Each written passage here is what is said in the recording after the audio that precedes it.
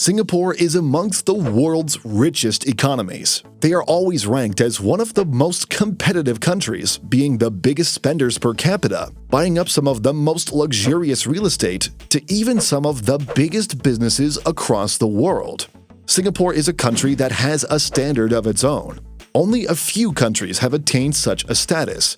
It would be absurd to say that a country of developing status is catching up to Singapore. Yet, for entertainment purposes, is it possible? Can the topic of today's video, the Philippines, one day catch up to Singapore? Such a dream would undoubtedly enshrine millions of Filipinos. But that is what we're going to discuss today, a dream that may or may not come true. To begin, it's important to first understand where the Philippines is today compared to Singapore. The clearest indicator we can use today is GDP per capita, which measures and compares the economic performance and living standards of countries. According to the 2022 data from the World Bank, the Philippines has a GDP per capita of $3,498, whereas Singapore has over $82,807. By a far stretch, Singapore's living standard far surpasses that of the Philippines. But it should not make people think that reaching Singapore is all but a dream. Back in the 1960s, the Philippines and Singapore GDP per capita was not that far from each other.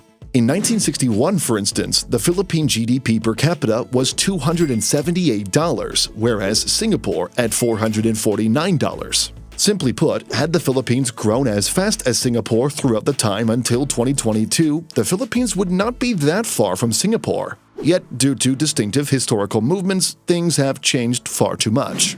Secondly, it's also important to understand the political and economic structures of both countries.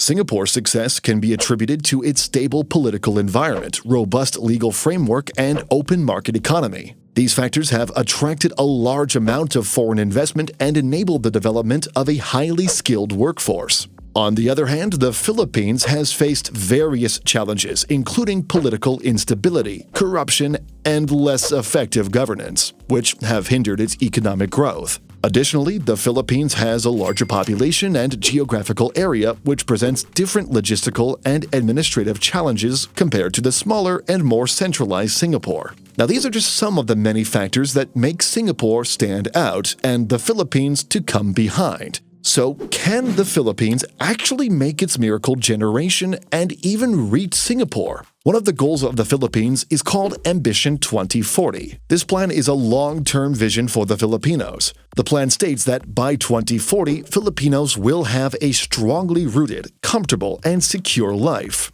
The plan will also put the Philippines to become a high-income country status where no one is poor. This plan is by far the plan that can alleviate the Philippines and possibly reach Singapore. But hang on, what does it mean to become a high-income status? And will it be enough to actually reach Singapore? Well, simply, it's actually not enough. By 2040, it's estimated that the Philippines will have about $11,000 to $14,000 in GDP per capita, which is still far less than Singapore's current per capita. And of course, by that time, it's likely that Singapore's GDP per capita will be much higher. But it is important to know that Singapore's growth rate will be lower than that of the Philippines. Singapore is constrained by population and resources of many kinds. The Philippines has both of these.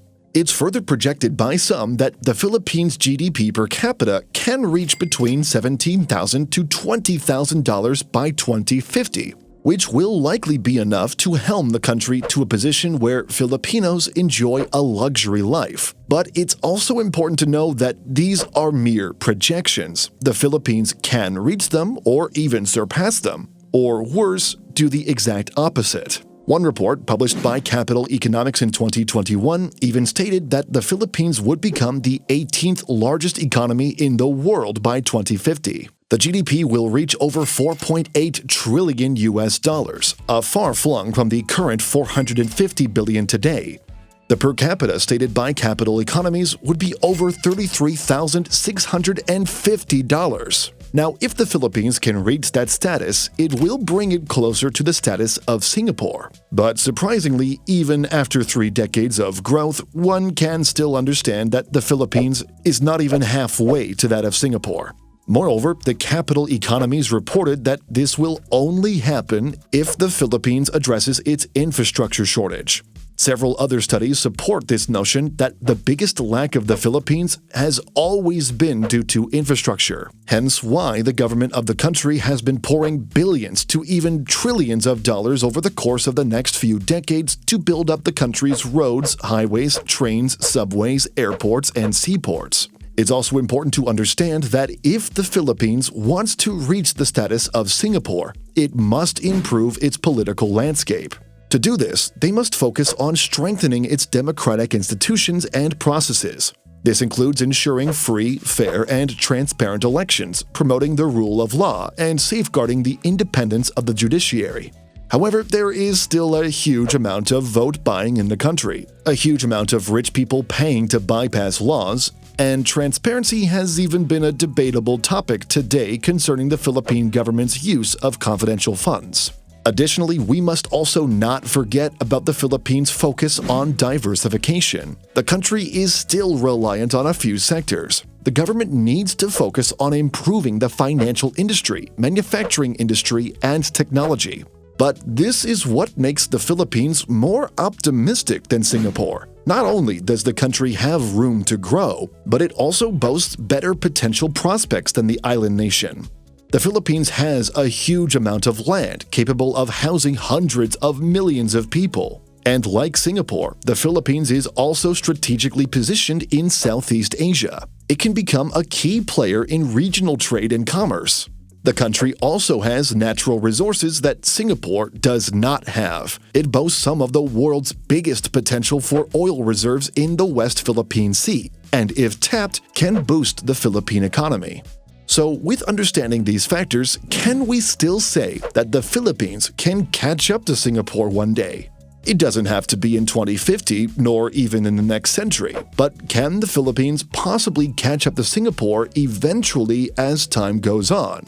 Well, the answer is simply no, not at all. And here's why. There are key differences in each other's economies. The geographical size, population dynamics, natural resources, and historical trajectories of the Philippines and Singapore are vastly different. Singapore's small size and population have allowed for more centralized and efficient governance, enabling rapid economic growth and development. Its strategic location as a global financial hub and port city has been expertly leveraged to build a strong, diverse economy. To put it simply, the reason why Singapore has come first and will always come first is because governance is not difficult. It doesn't have to manage thousands of islands, just like the Philippines. Further, Singapore's port city will probably be unmatched by any other. Singapore has been ranked consistently as the top maritime capital in the world.